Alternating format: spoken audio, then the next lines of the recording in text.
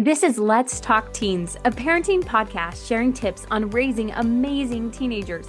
We are both certified life coaches that have worked with teenagers as coaches, mentors, and teachers.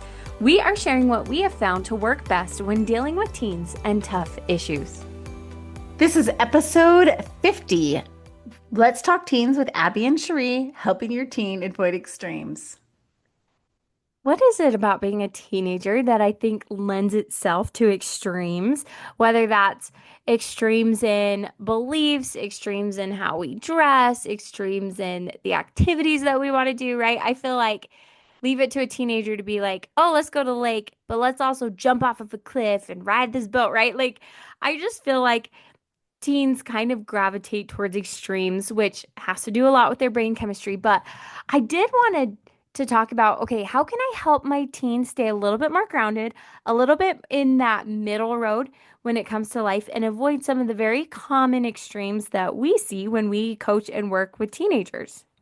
I love it. As you're talking, I'm thinking about that whole pendulum swing of like, sometimes my kids have taught me the most by their extreme one way and my extreme one way, and then we just need to kind of find that middle. Hmm.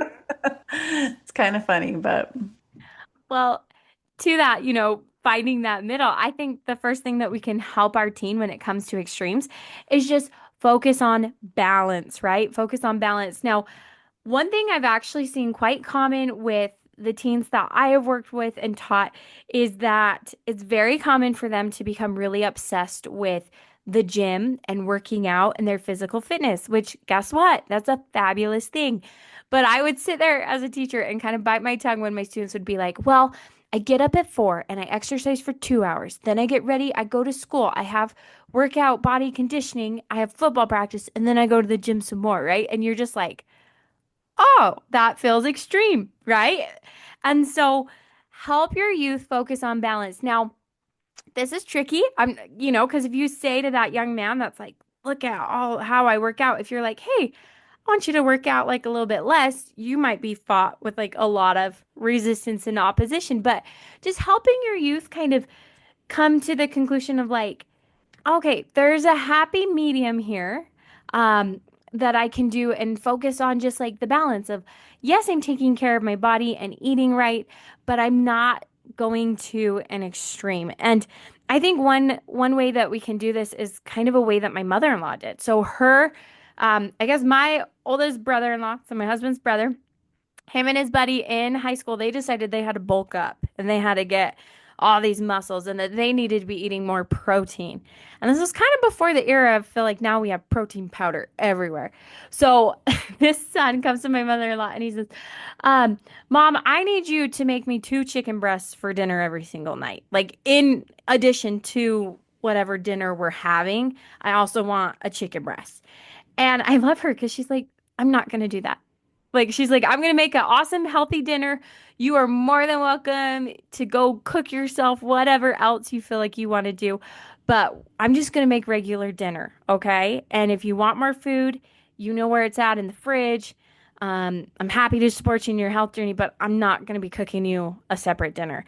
And I just love that because I feel like it helps check and balance, our teenage son that's like, I need to eat 2 chicken breasts at dinner every night. Well, if you really want to, go knock yourself out, right? And it didn't. It didn't last very long because he didn't want to cook himself his own chicken breast every night. I love that. I love how she kind of neutralized it.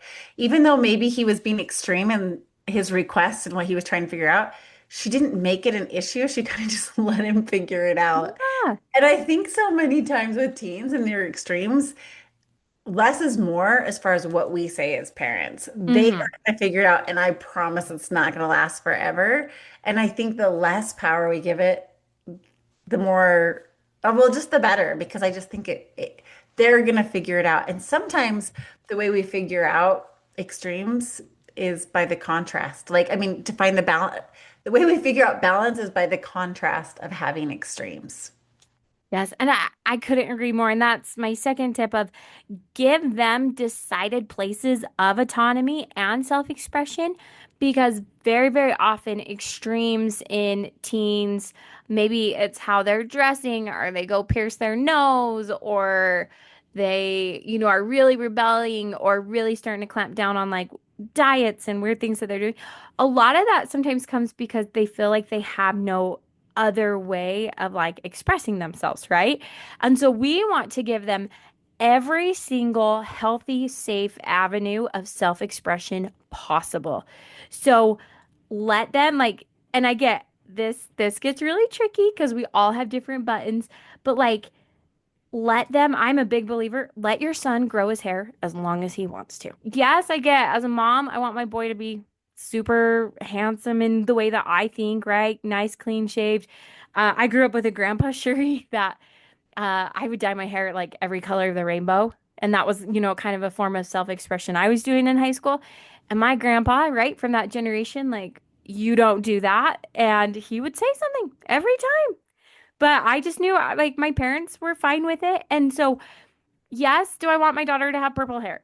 No, probably not. But also, is it going to kill anybody? Right? Is it going to hurt her? Can we change this back in 2 seconds? Like, yes, absolutely. Right. So then I feel like, okay, if I can give you all these avenues of self-expression and, don't get me wrong, I have certain things I will and won't let my sons and daughters wear, right? There's certain things that we do have boundaries, but they're way more able to accept and work on those boundaries if I say, but listen, you can express yourself within this realm any way you'd like to. I'm sure you've heard me talk about non-negotiables, but I'm a believer in parents have some non-negotiables, some things that it's like, okay, this is like the rule of our family, or this is a non-negotiable. Now, when we as parents have non-negotiables, we want to make sure we like our reason, like what our, know what our reason is for that non-negotiable and make sure we like our reason. But everything else to me is like, don't fight that battle. Like if it's a Mm-hmm. non-negotiable, yes, but make sure that everyone in the family knows the non-negotiables from a young age, So it's or no if surprise. there's no surprise. But those things like colored hair or long hair or short hair or dyed hair or, whatever for parents is just like, it isn't one of your non-negotiables. I say the less said about it, the better. Like pick your battles. Mm-hmm. Because your teen doesn't want to always have you on their back, like breathing down their neck, telling them what's wrong with them, telling them, that you think they're doing all wrong. They're figuring it out. They're learning, they're processing, they're figuring themselves out. That self-expression, like you talked about, is so important to like really find them. And they're separating a little bit from you. And they've always followed the way, well, most children, to a degree, follow the way their parents do things. And there's this healthiness of like finding their own balance in that. And they might have to go to that extreme we're talking about to find them themselves. And I love that because we do need to have non-negotiables, right? I was just thinking like, if my son or daughter was like, "Mom, I'm gonna go get a tattoo at 18," I'd be like, "Oh, no, sit down, Liz," right? Like, because that's a non-negotiable, right? And so yes, this does mean sometimes we're gonna have to be sitting on our hands, biting our tongue when, they're at church with lime green hair and you're just like, ugh, like, and I get that. Like, we're gonna feel maybe embarrassed. We're gonna feel maybe, I don't know, a whole sort of emotions, right? And we might wish, "Ugh, I wish my child would dress like a different way," right? But as long as, hey, they're not crossing these non-negotiables, like let them have that self-expression. This just goes back to the research. A lot of eating disorders, a lot of like mental conditions come down to the individual feeling like they had no form of control over their life. So they're going to start to take control, whether that means, okay, I'm not going to eat or I'm going to harm my body in this way because it's a way to have control. And as human beings, we all want control. So give your son or daughter as much control within those non-negotiables as possible. And then lastly, help them see life outside of their current circumstances. So every single time I get a new coaching client, I always, within one of our 1 to 2nd session, we do a 5-year plan where I have them write out, okay, how old am I going to be in 5 years? What am I going to be doing? And I do this because even if they're in like junior high, they'll be out of high school, right? They're going to be in college. They might be on a mission. They might be living their life. They might be moved out. For a lot of my older seniors, oh, it kind of rocks their world, Cheree, because I tell them, hey, I was married at 21, and they get a little freaked out. They're like, what? That's me in just so many years, right? And why I do this is I want to break that bubble that feels like high school is real life, that feels like what I'm doing right now is the only thing that matters in my life, and that this is the only thing that will ever matter in my life. And that's a very common feeling, very common thought for our youth to get stuck in. And so I love to burst that bubble and just show them, wow, in 3 years, I'm going to be at college. I'm going to be moved out. I'm not going to be in this pressure cooker of a social situation. So help them be thinking about the future and talking about the future in fun ways, not just heavy ways of then you're going to go to college, then you're going to get a job for the rest of your life, but what kind of car do you want to buy? Where do you want to live, right? All those really exciting things that make adulthood really, really fun. We should be inviting our youth to like think and daydream about that.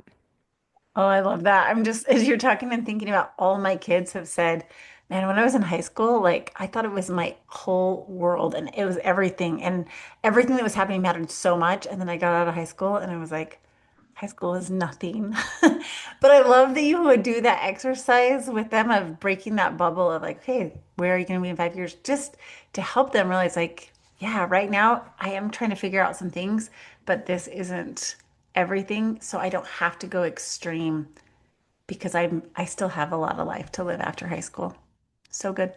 Well, and it is that really weird feeling that you have once you've graduated high school and you're kind of just like sitting around and going, I don't actually have to see anybody ever again. Like the people in my life are now I have to call them and be like, hey, do you want to come hang out? Right? Do you want to be a part of my life?